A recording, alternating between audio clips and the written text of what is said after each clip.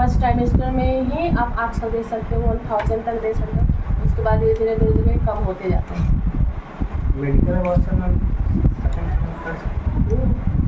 New guideline हो गया ना, पहले तुम 20 वीक तक कर सकते थे, अब 24 वीक तक कर सकते हो।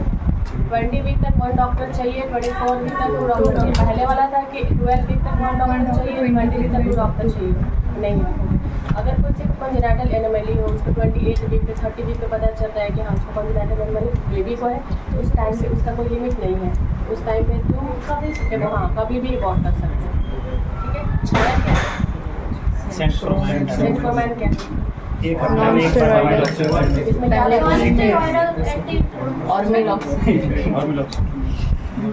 Non steroidal मीजोप्रॉस 200। मीजोप्रॉस कहाँ का यूज़ करते हैं? सर्वाइकल वाल के राइटिंग और एक्टिव मैनेजमेंट मैंने थर्ड स्टेज में का चलो कुछ ना बताओ। इसमें ऑक्सीटोसिन रहेगा और सर्वाइकल वाल राइटिंग डिपेंड करता है कौन सा पीपीएच है, एटोनिक पीपीएच है, ट्रोमैटिक पीपीएच है। ठीक है। एटोनिक में हम लोग एटोनिक में ऑक्सीटोसिन दोगे और कैसे कैसे देते हैं? 880 तुम्हारा ये मतलब नहीं है कि तुमने प्रोलैप्स तुम्हारा केस ले लिया तो बस प्रोलैप्स है, तुम्हारा कहीं से बाईपास स्टार्ट हो जाएगा। इतना सारा इंस्ट्रूमेंट रहेगा, किसी एक पे बाईपास स्टार्ट है। अगर मैंने तुमको वो दे दिया, तुम्हारा सारा मैं अबॉर्शन ले लूँगी, मे भी तुम्हारा प्रोलैप्स का केस हो, मेरे पे डिपेंड करता है। इसलिए तुम्हें सारी चीज़ पे रेडी रहना है। ठीक है। मिल्किफिल स्टोन है, इसमें पूरा पीपीएच आ जाएगा। इसमें एक्टिव मैनेजर थर्ड स्टेज ले, फिर उसके 4 कॉम्पोनेंट है। 4 कॉम्पोनेंट का नाम बताओ क्या क्या होना चाहिए? Control oxytocin. कभी भी पीपीएच मीन्स बेबी हुआ, बेबी डिलीवरी के बाद। ठीक है। कभी भी जैसे बेबी आउट हुआ उसमें हम लोग ऑक्सीटोसिन दे रहे हैं। फर्स्ट थिंग तुम ऑक्सीटोसिन बोलोगे, तुम ऑक्सीटोसिन दे रहे हो। ठीक है। 10 mg IM दे रहे हो, 10 mg फ्लूइड में डाल रहे हो।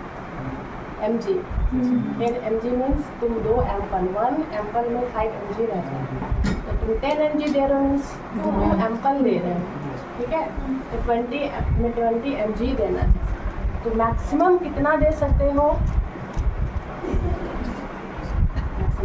फ्लूइड में डालते हैं 200 समथिंग दे सकते हैं।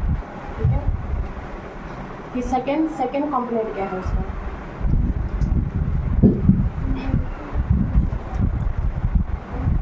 Delayed cord gland. ठीक है। Third control contraction. Fourth intermediate uterine contraction assessment. Massage इसमें अब नहीं आता है, पहले मसाज था, अब मसाज नहीं आता है। ठीक है। और अब क्या बचा? ये पीपीएच हो गया। और तुम्हारा मैक्सल का वायर रहेगा, तो तुम्हारा एक से पूरा खींच लेगा। ठीक है। मैक्सल का अरेंजमेंट बता, वो सब चीज़ है, सब चीज़ अंदर में है। अब सारा निकलेगा, इसमें हर चीज़ से फिट है। इक्लेम्सिया का मैक्सल का अरेंजमेंट बताएं किसी को? क्यों? इक्लेम्सिया पढ़ाई नहीं हुई है तो फिर क्यों बता? इसको पता है, याद था, जब तुम बताओ जो बताएगा उसको मैं नंबर ज़्यादा दूँगा। हम लोग नहीं पढ़ाएगा। मैक्सल रेजिमेंट एक प्रीसर्व रेजिमेंट होता है, उसमें loading dose and maintenance dose देना होता है। ठीक है। लिखो it is good for safety. ठीक है। इसका यूज़ कहाँ होता है? पकड़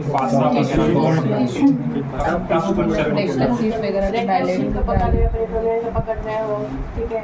अगर उसका एपिसियोटमी किया गया है, जिसका मार्जिन है उसको पकड़ने में यूज़ करो। जब हिस्टेक्टमी कर रहे हो तो वेजिनल वॉल को पकड़ने में यूज़ किया हुआ है। सीपीटी है, सबको प्रिपेयर करना है तो उसको यूज़ कर रहे हैं। ये क्या है? At least concept. और ये इसके पूरे बॉडी में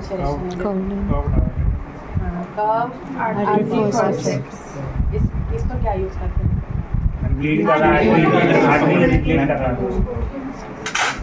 और ये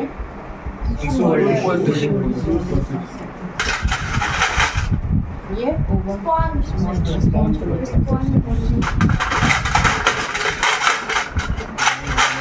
आप बोलो स्पॉन्ज होल्डिंग फॉरसेप कौन है दोनों में से? इसी का बात ठीक है, इसमें रैचेट क्यों नहीं है? और इसमें क्यों है? ऑफ करना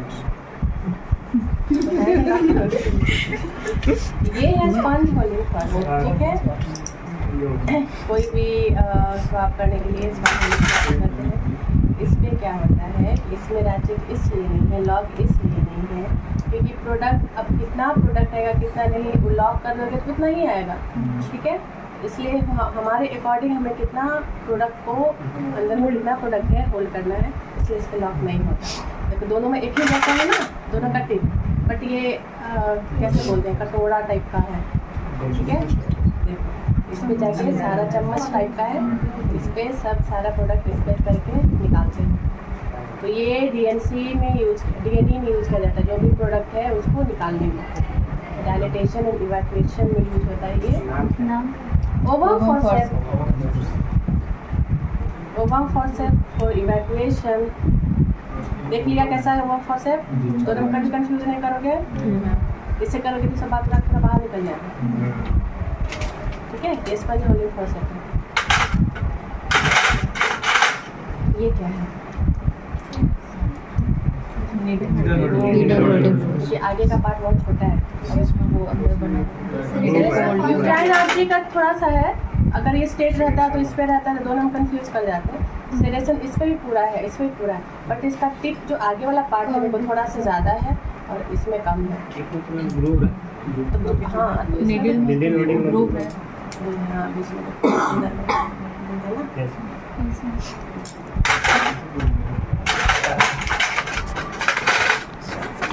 और ये का क्या यूज है? ब्लैडर रिट्रैक्ट कर रहे हो, क्योंकि हमारा जो भी सर्जिकल फील्ड है वो आराम से एक्सपोज हो, मुझे कोई प्रॉब्लम ना हो। वो क्या है? अभी बताया। और भी एक वॉल सेलम एक होता है, वॉल सेलम को भी देखा है?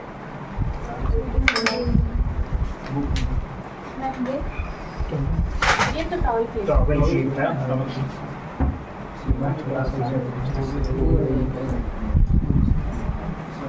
ऐसा करके ये जो रहता है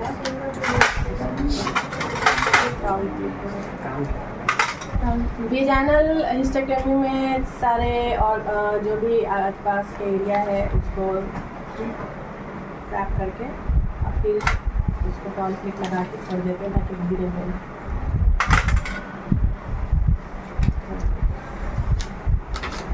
वॉलसेलम अभी डीएनए की में वॉलसेलम चला के एक्स्ट्रा लाइन मैम ये हेलो इतना दो मिनट का पास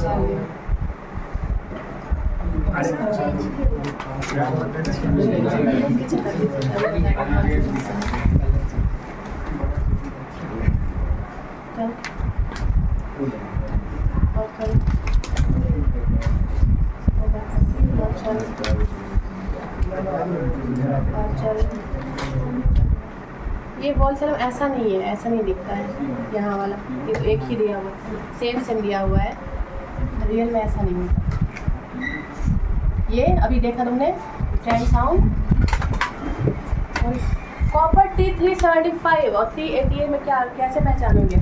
388 है और 375 है।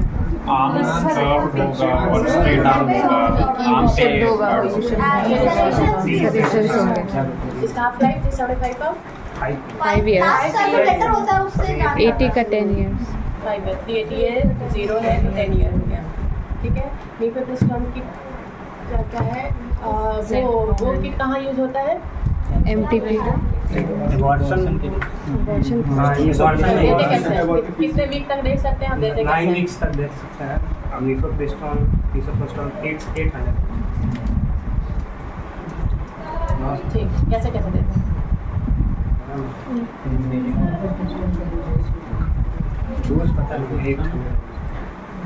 मीफे और मीजो दोनों है उसमें, खोलो मीजो उसको अंदर टैबलेट लिखे हैं 800 micrograms, वो फर्स्ट वाला क्या है? पिस्टन कितना है?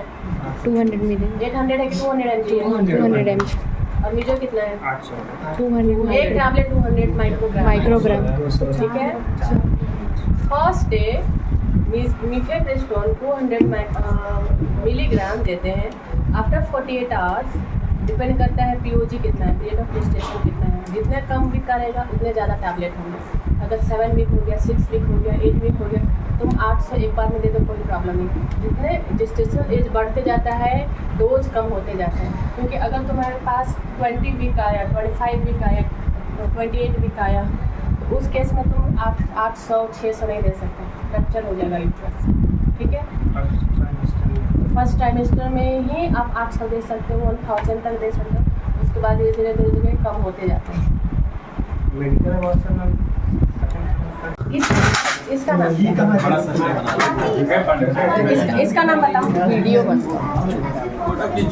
ऐसे है। इसका नाम क्या है?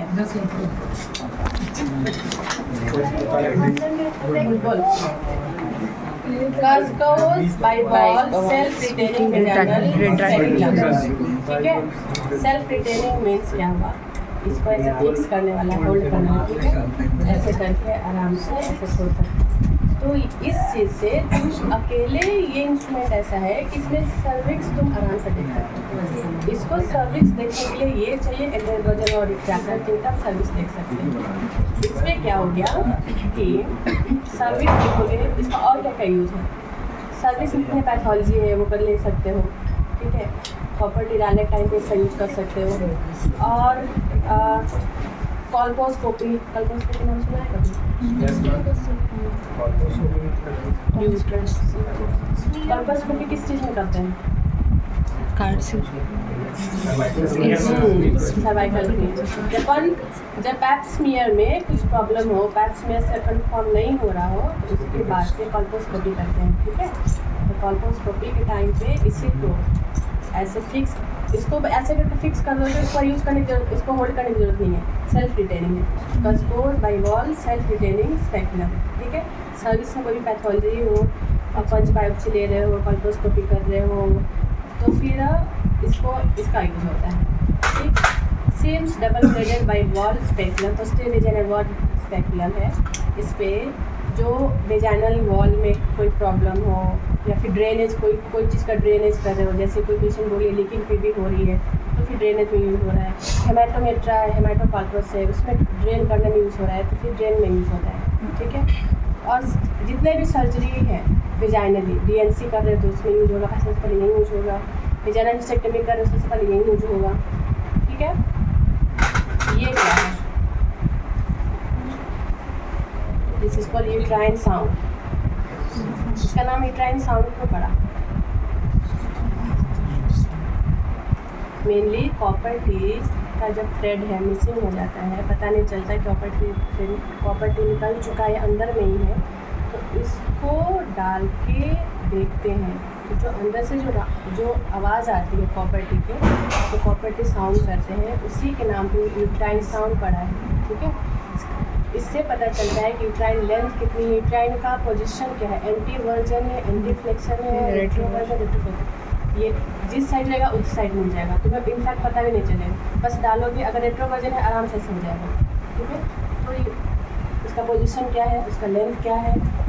और सबसे पहले अगर हेगर डायलेटर, इसका नाम है हेगर डायलेटर। पहले ये नहीं था, तो उसके पहले डायलेटर की जगह पे इसको यूज़ किया जाता है।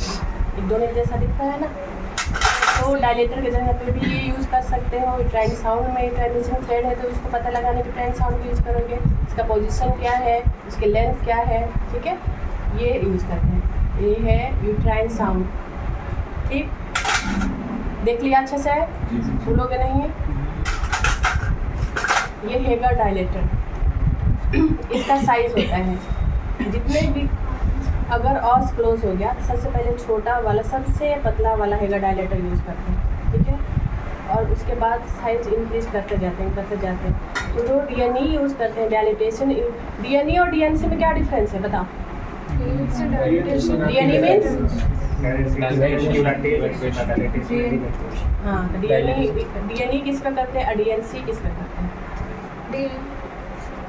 Dilatation and curettage. हाँ डायलिटेशन एंड क्यूरेटाज किस वाले केस में करते हैं, और डीएनई किस में करते हैं? इवैक्यूएशन कोई प्रोडक्ट को इवैक्यूएट कर रहे हो, एबॉर्शन जो है, एबॉर्शन केस में डीएनई कर रहे हैं, ठीक है। और क्यूरेटाज मीन्स वो इवैक्यूएट ऑलरेडी हो गया है, बस क्यूरेट करके थोड़ा सा देख रहे हो। तो जैसे कि मोलर प्रेगनेंसी मैंने बताया, उसमें डीएनई करते, डीएनसी करते हैं। डीएनसी कब करते हैं? मोलर प्रेगनेंसी में डीएनसी कभी नहीं करना है, ठीक है, लेकिन डीएनसी करते हैं। और वो कब करते हैं? आफ्टर 1 वीक ड्यूरिंग सेक्शन, उसमें डीएनई नहीं करना होता है। मोलर प्रेगनेंसी का मैनेजमेंट क्या होता है? सेक्शन एंड इवैक्यूएशन, ठीक है। उसमें क्यूरेट कुछ नहीं करना होता, क्यूरेट नहीं करना। लेकिन कभी कभी तुम सस्पेक्ट हो रहा है कि थोड़ा सा प्रोडक्ट अंदर में रह गया हो, आफ्टर 1 वीक तुम क्यूरेट कर सकते हो। उस टाइम पे तो उसमें क्योंकि वो बहुत ज़्यादा उसमें पूरा प्लासेंटा मोल में चेंज हो गया ना, हाइड्रोपिक मोल में चेंज हो गया, तो उसमें परफोरेशन का बहुत ज़्यादा चांस होता है, इसलिए कभी भी उसमें क्यूरेट नहीं करते। बाद में 1 वीक के बाद थोड़ा सा उसको हार्ड हो गया तब उसमें क्यूरेट करते हैं। उसमें क्यूरेट कर रहे हो, अगर किसी का एबनॉर्मल यूट्राइन ब्लीडिंग हो रहा हो उसमें क्यूरेट, उसमें डीएनसी करना होता है। एबनॉर्मल यूट्राइन ब्लीडिंग है तो फिर आप थोड़ा सा इंडोमेट्रियम को लेके उसमें हिस्टोपैथ में एग्जामिनेशन के लिए दे रहे हो, उसमें डीएनसी हो रहा होता है जो प्रेगनेंसी ना हो, ठीक है। एबनॉर्मल यूट्राइन ब्लीडिंग हो तो उसमें क्यूरेट कर रहे हो। मोलर प्रेगनेंसी में बाद में अगर सस्पेक्ट कर रहे हो कुछ प्रोडक्ट रहा कोरियोकार्सिनोमा समथिंग लाइक दैट, फिर उसमें तुम डीएनसी कर रहे हो। बट अगर एबॉर्शन है, प्रोडक्ट सारा अंदर है, तो उसमें तुम इवैक्यूएट कर रहे हो। डायलिटेशन इवैक्यूएशन में मेनली मिस्ड एबॉर्शन में क्या होता है, ऑस क्या होता है, लूज रहता है ना, उसमें डायलेट कर रहे हो, पहले उस ऑस को ओपन कर रहे हो। ओपन हो गया तो सारे प्रोडक्ट को इवैक्यूएट कर रहे हो, ठीक है, वो डीएनसी है। तो हेगर डायलेटर में डीएनसी, उसमें डीएनसी में यूज़ करते हैं, डीएनई में यूज़ करते हैं। अगर कॉपर टी डालना हुआ तो थोड़ा सी ऑस को थोड़ा सा ओपन करके कॉपर टी डाल रहे हो, या फिर कोई हेमाटोमा बन गया हो, ठीक है, तो उसको थोड़ा डायलेट करके सारे ड्रेन करने के लिए तुम डायलेटर ही यूज़ कर रहे हो। ये क्या है? टिप देख, कोई भी इंस्ट्रूमेंट का 2 चीज़ देखना होता है, लॉक और टिप। ये टिप क्या है इसका? एकदम टिप पे से लेकर